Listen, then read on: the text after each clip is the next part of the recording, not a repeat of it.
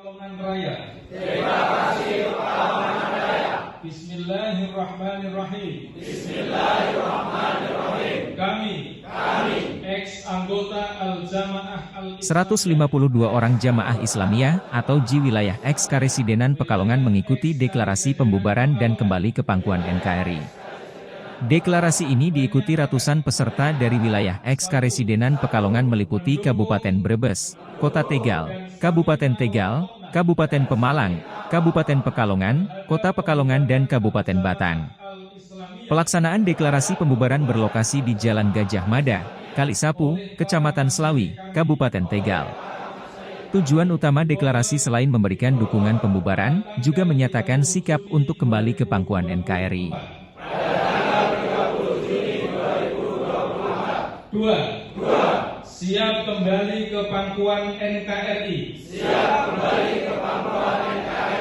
Dan terlibat aktif mengisi kemerdekaan. Serta menjauhkan diri dari pemahaman dan kelompok tataruf. 3. Siap mengikuti peraturan hukum yang berlaku di NKRI. Serta berkomitmen dan konsisten untuk menjalankan hal-hal yang merupakan konsekuensi logisnya. Semoga Allah meridhoi pernyataan ini. Tegal, 11 Jumadil Awal 1446 Hijriah. Atau 13 November 2024 Masehi. Alasannya yang jelas kita ingin berusaha untuk kembali kepada rujukan ilmu. Ketika yang lalu kita berpikir bahwa yang kita lakukan sudah sesuai dengan ilmu, kemudian setelah berjalannya waktu dan dirasa dalam perjalanannya memang ada masalah, ya kita mencoba untuk mentelaah dan mengkaji, dan setelah itu kemudian kita rujuk kepada ilmu. Dan salah satu ilmu yang memang setelah kita pelajari itu ya di antara ragam ilmu itu ya hari ini di antaranya pikiran kita bahwa kita tidak akan keluar dari apa yang sudah ditetapkan secara syar'i dan secara pertimbangan dasar bernegara pun setelah kita kaji ya ini yang terbaik. Kita akan kembali bersama dengan umat Islam secara umum di Indonesia. Deklarasi pernyataan pembubaran ini untuk wilayah mana aja? Untuk seluruh titik yang di situ ada anggota kita. Kali ini yang ke-40. berarti wilayah mana ini? Untuk wilayah Karesidenan Karesidenan Pekalongan dan ya semua ya sama Tegal. Iya, berarti dari Batang sampai Mulai Batang sampai Brebes. Total jamaah ya, bahasanya jamaah. Total seluruh anggota yang ada di sini. Total. Berapa itu? Ada sekitar 152. 152 nanti. Iya, 152 orang. Satu karesidenan. Lah, setelah pembubaran ini apa Pak kegiatan selanjutnya? Setelah ini kita akan berusaha untuk dengan dipandu dari pihak negara dalam hal ini Densus ya.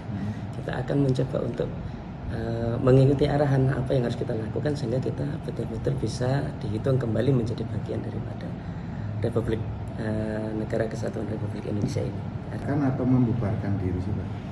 JI ini sesuai dengan penjelasan yang disampaikan oleh Ustadz Sirajuddin itu adalah dibubarkan. Yang membubarkan siapa Pak?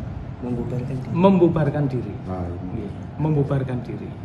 Dari JI-nya sendiri. Dari JI-nya sendiri yang merupakan inisiatif dari para tokoh yang ada di tingkat atas, karena melihat berbagai macam hal yang ada di tengah masyarakat, bahwa ada satu kekhawatiran di tengah-tengah masyarakat bahwa organisasi yang mengatasnamakan JI ini banyak terlibat di dalam kasus-kasus tindak terorisme. Padahal selama ini kami di Ex-Karesidenan Pekalongan tidak pernah mendapatkan satu kata pun dari para masyayikh kami untuk berbuat hal-hal yang seperti itu. Maka karena nama ini seolah-olah sudah tidak baik di tengah masyarakat, sehingga inisiatif daripada tokoh-tokoh kami dan diaminkan oleh para anggota bahwa lembaga atas nama Ex-Jamaah Al-Islamiyah resmi dibubarkan. Ketika nanti sudah bubar nih Pak, mereka itu misal ada yang mau masuk ke organisasi Islam lainnya, entah itu NU atau Muhammadiyah, itu nggak apa-apa Pak? Atau gimana? Atau masih masuk dalam organisasi ini tapi beda nama? Untuk selama ini belum ada pernyataan resmi apa yang akan kita lakukan setelah pembubaran ini. Tetapi kami yakin bahwa seluruh personal yang ada di Ex-Karesidenan Pekalongan ini mereka sudah banyak berkiprah. Banyak berkiprah itu maknanya di organisasi-organisasi yang lain mereka bisa bisa mengambil peran untuk bagaimana ikut mensukseskan dan mencerdaskan anak bangsa. Oh, iya. Ya, alhamdulillah ini langkah yang sudah dimusyawarahkan dengan baik-baik, diputuskan bersama oleh tokoh-tokoh pendiri dan pimpinan Ex-Jamaah Islamiyah ini, dan sudah dikonsultasikan, diselenggarakan bersama dengan pihak pemerintah. Jadi kita sebagai ex-anggota ya menyambutnya dengan baik dan berharap ini menjadi maslahat, memberi kebaikan bagi bangsa dan negara ini. Pak, dulu itu JI itu sebenarnya program kerjanya apa sih Pak? Kok ketika dengar JI itu kayak merasa gimana gitu, kayak teroris, langsung tertuduhnya teroris, itu sebenarnya program kerjanya itu apa sih? Ya, secara umum bisa dikatakan ada 3 pekerjaan besar ya. Yang pertama dakwah untuk masyarakat, kemudian yang kedua lembaga-lembaga pendidikan, dan barangkali yang ketiga ini yang menjadi masalah secara hukum yang berlaku di negara kita adalah kegiatan-kegiatan yang bersifat askari atau kemiliteran. Militeran. Oh, berarti ada militeran juga ada? Ya, ada bagian itu. Nah, itu terkait dengan pengeboman, itu JI masuk dalam koalisi itu nggak sih? Sebagian pelakunya adalah anggota dari lembaga yang sekarang dibubarkan ini. Dari JI. Tetapi secara keputusan itu sebenarnya bukanlah keputusan resmi, kebijakan resmi dari lembaga. Tetapi karena pelakunya ini sebagainya adalah dari JI ini, akhirnya secara hukum ya terkena, lembaganya terkena dampaknya. Tapi gimana Pak? Senang nggak Pak dengan adanya pembubaran JI ini?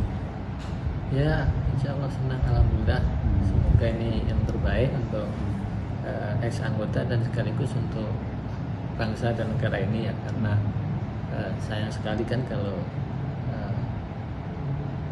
iwan-iwan rekan-rekan yang sudah puluhan tahun, belasan tahun berkiprah di masyarakat dalam mencerdaskan anak-anak bangsa ini lewat dakwah umum maupun lewat lembaga-lembaga pendidikan ini, kemudian tidak bisa melanjutkan amal solehnya karena keanggotaannya dalam organisasi terlarang ini kan cukup disayangkan. Jadi yang itu keputusan terbaik. Download Tribun X sekarang, menghadirkan lokal menjadi Indonesia.